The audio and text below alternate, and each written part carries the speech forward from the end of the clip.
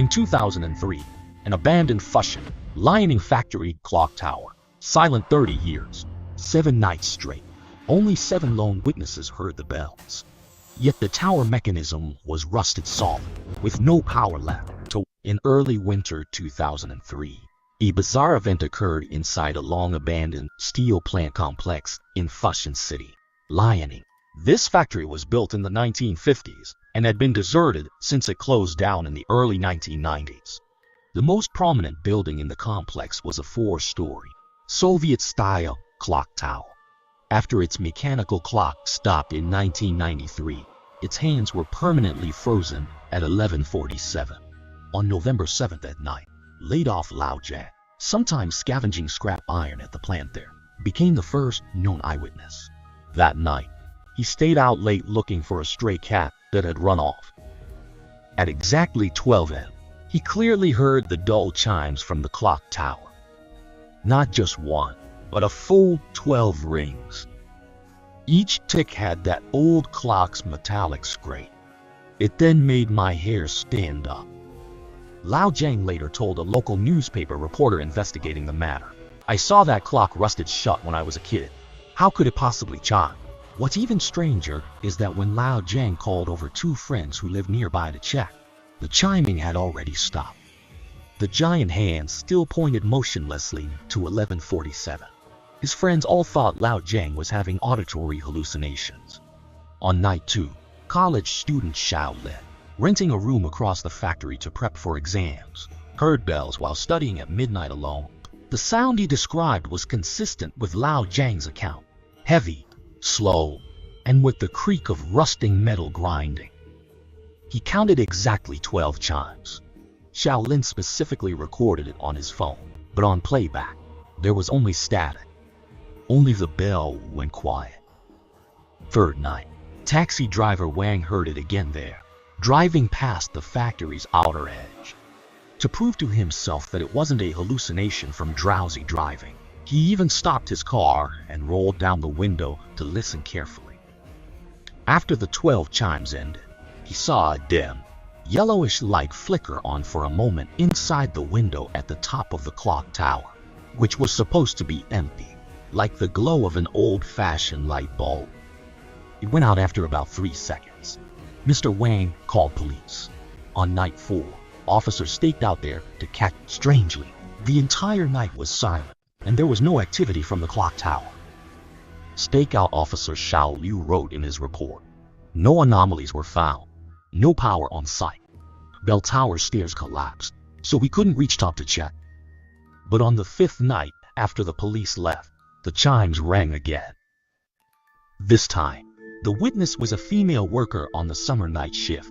As she was cycling past, she not only heard the chimes, but also saw the rusted iron door at the base of the clock tower bulge outwards, as if it had been pushed from the inside.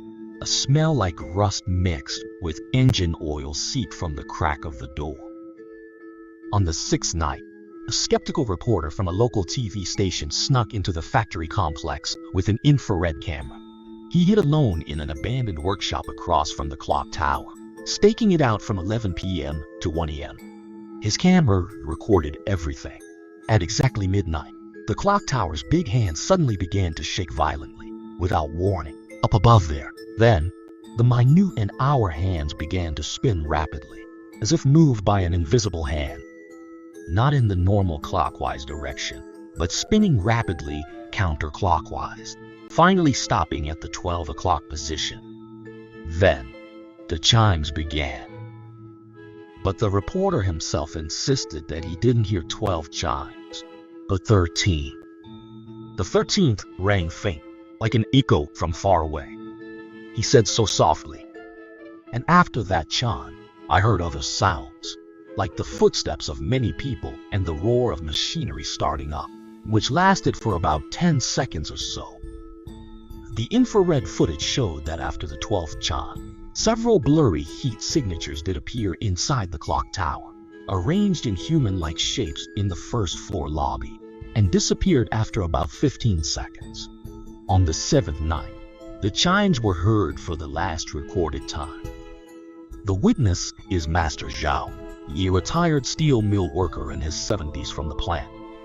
After hearing about the incident, he insisted that his son take him back to the factory complex to see. That night was cold. Zhao, bundled in a coat, sat in a wheelchair, son pushing him to the tower. At 12 a.m., the clock chimed on time. Unlike the other witnesses, Master Zhao was in tears after hearing the chimes. Not today's chime, he trembled. It's the 1985 factory pre-anniversary test chime. That year, for the factory's 30th anniversary, we fully rebuilt the big bell clock. I was there at the test chime. This sound you hear now exactly, because one of the gears was a bit stuck. Every chime had a slight creaking sound. It took 3 attempts to fix it. Master Zhao shared a shocking detail. The 1985 clock test ended that night, exactly at 11:47 p.m. It's in time. The plant manager said it was too late, not to disturb residents, so we stopped then. So, the clock didn't stop at a random time of 11:47. Master Zhao's son later recounted that he had stopped at the exact moment the clock test ended in 1985. After the 7th night, the chimes were never heard again. In 2005, the factory area was demolished for real estate development. The clock tower was preserved in its entirety and moved to the city park as a historical building. Demolition workers dug up a tin box from under the clock tower's foundation. Inside was a duty roster for the 1985 factory anniversary celebration, a few faded group photos, and a yellowed sign in bulk. The date on the last page was August 14, 1993, exactly 1 day before the factory officially ceased production. Today, the newly restored clock tower stands quietly in the park. The mechanical clock has been replaced with an electronic one that chimes on the hour. Yet sometimes, old steel workers on the bench beneath the clock tower still instinctively tilt up to check time at midnight. Some of them would say in private that the chimes on those 7 nights in 2003 might have been the old clock's final echo before it fell into a deep sleep for good. It wasn't a ghost, not something paranormal, but a collective memory etched into steel and gears. At a specific moment, for some inexplicable reason, it briefly awakened. As for why only 7 people heard it alone on different nights, Master Zhao offered a simple, yet chilling, explanation. Perhaps the clock wasn't telling time, but calling the roll, calling for those who still remembered it.